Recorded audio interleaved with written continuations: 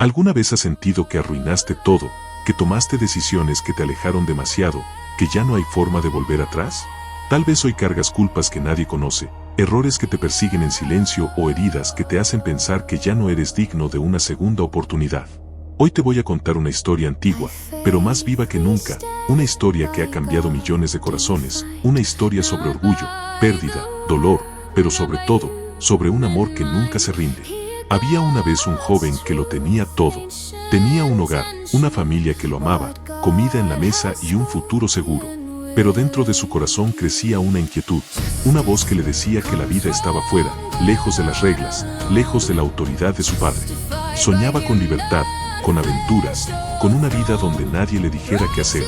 Y un día, sin pensar en las consecuencias, tomó una decisión que cambiaría su destino para siempre. Se acercó a su padre y le pidió su herencia por adelantado. Era como decirle, prefiero el dinero antes que tu presencia. El padre sintió como su corazón se rompía en silencio, pero aún así, lo dejó ir. Porque el verdadero amor no obliga, el verdadero amor también respeta las decisiones equivocadas. Con dinero en mano y sueños en los ojos, el joven se marchó lejos de casa. Al principio, todo era emocionante. Nuevos amigos, fiestas interminables, risas, música y la sensación de que por fin era libre. Cada noche parecía mejor que la anterior. Gastaba sin pensar, vivía sin límites, y creía que esa felicidad duraría para siempre. Pero el tiempo pasó, y el dinero empezó a desaparecer, y con él, también desaparecieron los amigos que decían quererlo.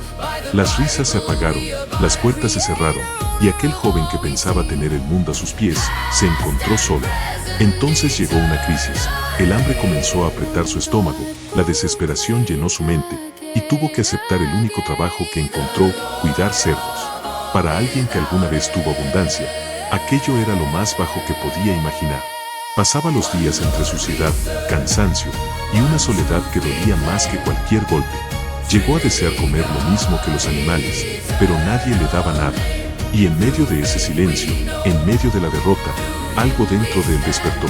Recordó su hogar, recordó a su padre, recordó que incluso los trabajadores de su casa vivían mejor que él. Y por primera vez, dejó a un lado el orgullo. Decidió regresar, no como hijo, sino como sirviente.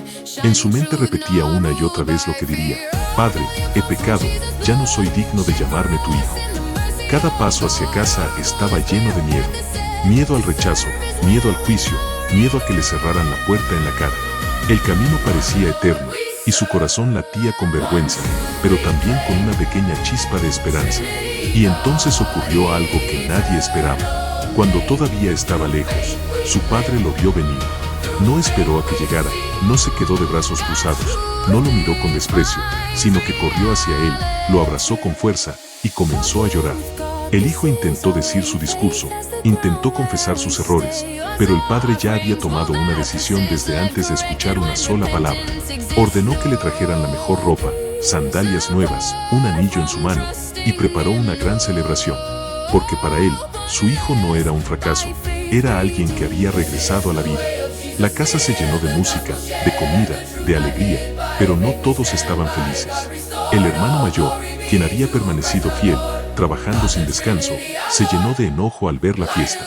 No entendía cómo alguien que había fallado tanto podía recibir tanto amor. Con rabia preguntó por qué celebraban a quien había causado dolor. Y el padre, con paciencia, le respondió que todo lo suyo siempre había sido suyo, pero que era necesario celebrar, porque su hermano estaba perdido, y había vuelto, estaba muerto, y había regresado a la vida. Y ahora, mientras escuchas esta historia, tal vez te veas reflejado en alguno de ellos.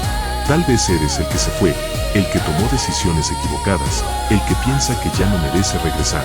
Tal vez eres el que tiene miedo de dar el primer paso de vuelta, o tal vez eres el que lucha por entender el perdón cuando otros fallan.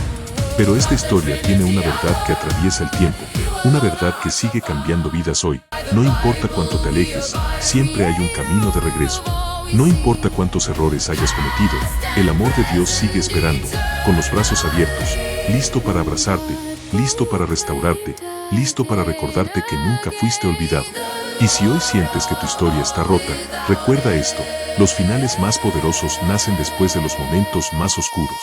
Tal vez este sea el día en que decides volver, el día en que decides levantarte, el día en que descubres que aún hay esperanza para ti. Porque el amor verdadero no se cansa, no se rinde y nunca deja de esperar tu regreso.